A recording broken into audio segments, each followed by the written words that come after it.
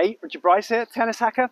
In this video, I want to help you understand why your technique isn't improving, why you're not able to make the technical changes that you want. And the way that I'm going to do that is by explaining about a hidden underlying cause of technical problems that nobody is talking about. No coaches are talking about this, but this is almost a certainty that it's holding you back.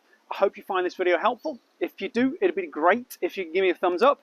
And if you're not a subscriber to my channel, it would be awesome if you could do that as well. Okay, so if you're struggling to improve your technique, there is a very large chance that there's something going on underneath that's preventing you from improving and making the changes that you're trying to make. If you think about the most common things that hold players back in terms of technique, we've got late preparation, we've got spacing, getting too close to the ball, getting jammed, we've got timing, hitting the ball late, and we've got not watching the ball onto the strings. They're the four most common problems that players face.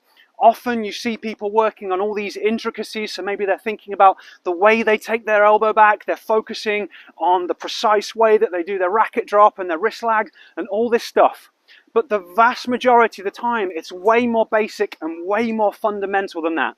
Tennis is about having good quality footwork, reacting fast, moving into position, being set up in the right position, having good timing, watching the ball onto your strings. If you get those foundational basic things right, everything else takes care of itself. So what often goes on is these issues that players struggle with, so preparing late, spacing issues, hitting the ball late, and then not watching the ball into the strings, they all have an underlying visual issue that's causing them, which causes you to compensate. So basically what I'm saying is a lot of the technical things that you're doing wrong are compensations for visual issues. Now the way that you want to think about this is a little bit like if you've got a bad leg, eventually if you walk on a bad leg for long enough, you'll start to compensate in the way that you walk. Now, it doesn't matter how much you try and walk better and try and walk straighter and try and walk with better posture, if the reason that you're hunching and you're leaning and you're limping is because every time you step on your knee, it really hurts. The only way to change that compensation with your walk is to address what's going on with the knee.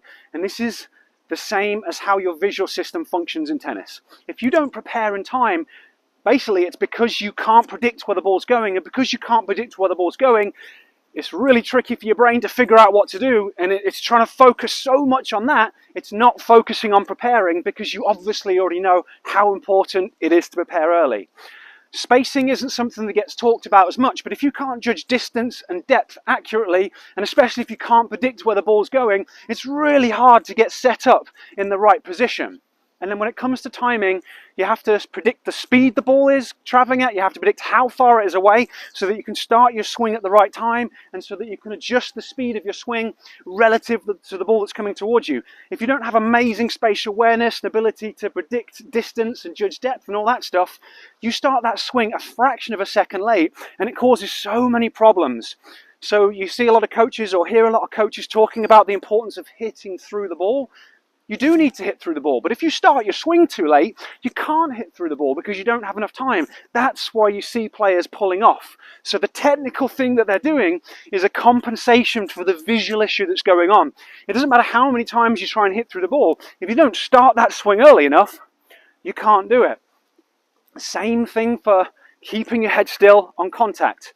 The biggest reason players miss shots is they kind of lift the head, they're not focused on that contact point, and because of that they can't make the adjustments in the way that they need to. Obviously if you've got problems with ball tracking, it's really hard to watch the ball into your strings, it's really tricky to do. If you're too close to the ball or you're hitting the ball late, those things make it even harder. Like if the ball's late, it's really hard to keep your head still, whereas if the ball's out there, it's much easier to keep your head lined up with that. So there is a very, very, very high likelihood that the technical things that you're struggling to change are actually compensations for visual issues. Now you might not think that you've got visual issues because potentially you've been to an eye doctor and they've told you your vision's perfect, but the sort of vision that you need on a tennis court is very, very different to the sort of vision that you need to sit there reading a book or looking at a computer screen or driving a car or something like that. I've assessed a lot of different tennis players, and when players are struggling to improve their timing, their spacing, their technique and all these things, there are always things going on that are holding them back. The good news though is that you can actually change that stuff with training. Vision training is really simple, really powerful, and often works really quickly as well. I've created a free tennis vision starter program to help you get started with it.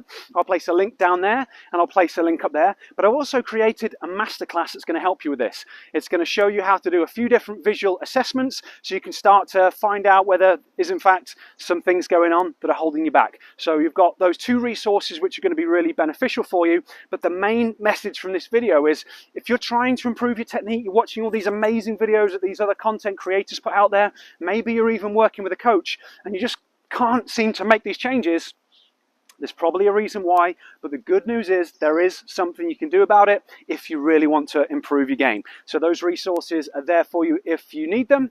I hope you found this video helpful. If you do, it'd be fantastic if you could give me that thumbs up. And obviously, if you've got any questions or comments or anything you'd like to know, leave those down in the comments section and I'll get back to you as quick as I can.